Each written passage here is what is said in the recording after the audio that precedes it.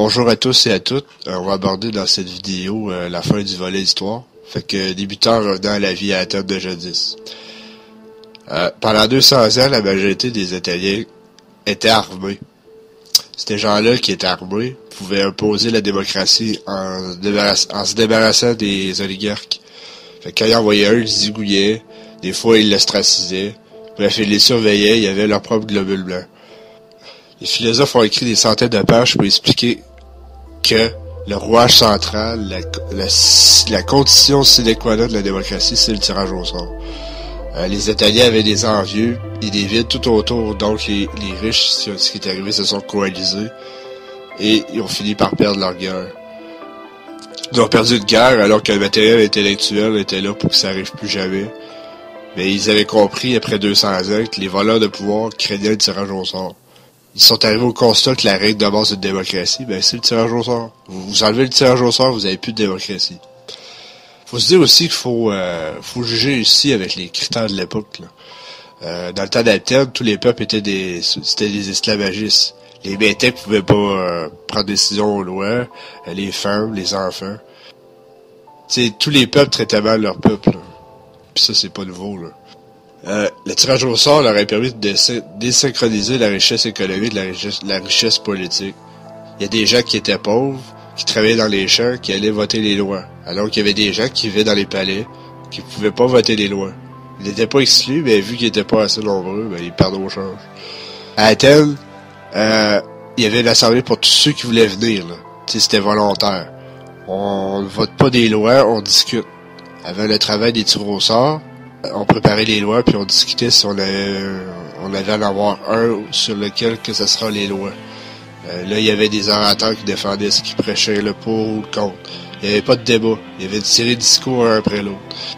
Les Italiens étaient pragmatiques et non idéalistes. Ils savaient que dans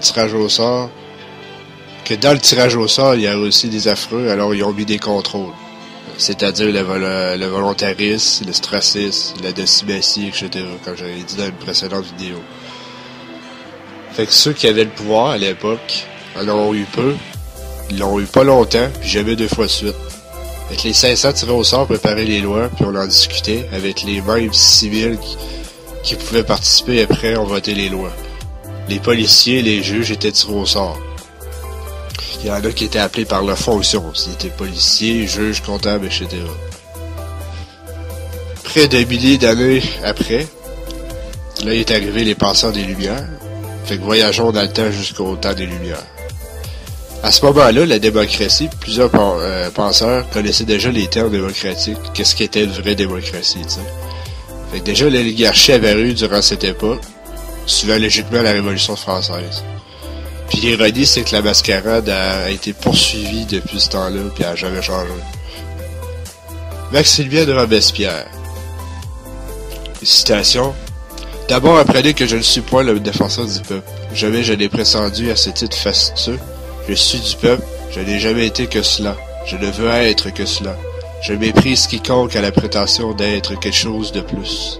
Je vous disais que le peuple doit se reposer sur sa force. Mais quand le peuple est opprimé, quand il ne lui reste plus que l'humain, celui-là serait un lâche qui ne le lui dirait pas de se lever. C'est quand toutes les lois sont violées. C'est quand le despotisme est à son comble. C'est quand on foule aux pieds la bonne foi et la pudeur que le peuple doit s'insurger. Lorsque le gouvernement viole les droits du peuple, l'insurrection est, pour le peuple et pour chaque portion du peuple, le plus sacré des droits et le plus indispensable des devoirs. L'abbé de Sieyès, citation. Les citoyens se nomment des représentants, renoncent et doivent se renoncer à faire eux-mêmes la loi. Ils n'ont pas de volonté particulière à imposer. S'ils dictent des volontés, la France ne serait plus cet État représentatif. Ce serait un État démocratique. Le peuple, je le répète, dans un pays qui n'est pas une démocratie, et la France ne saurait l'être, le peuple ne peut parler, ne peut agir que par ses représentants. Charles de Montesquieu. Citation. Une chose n'est pas juste parce qu'elle est loi, mais qu'elle doit être loi parce qu'elle est juste. Ce qui n'est point utile à l'essaim n'est point utile à l'abeille. Les lois inutiles affaiblissent les lois nécessaires. Quand dans un royaume, il n'y a plus d'avantage à faire sa cour qu'à faire son devoir, tout est perdu. C'est une expérience éternelle que tout homme qui a du pouvoir est porté à en abuser. Ce qui manque aux orateurs en profondeur, il nous le donne en longueur. Plus d'étons ont péri parce qu'on a violé les mœurs que parce qu'on a violé les lois. La loi dégénère ordinairement dans le despotisme d'un seul, l'aristocratie dans le despotisme de plusieurs, la démocratie dans le despotisme du peuple. Il n'y a point plus cruelle tyrannie que celle que l'on exerce à l'ombre des lois et avec les couleurs de la justice. Donc, autant l'abbé de Saillès, Charles de Montesquieu ou Maximilien de Robespierre, on a des leçons à en tirer, même pour aujourd'hui. Merci d'avoir écouté cette vidéo, puis la prochaine fois, on va commencer le volet philosophique.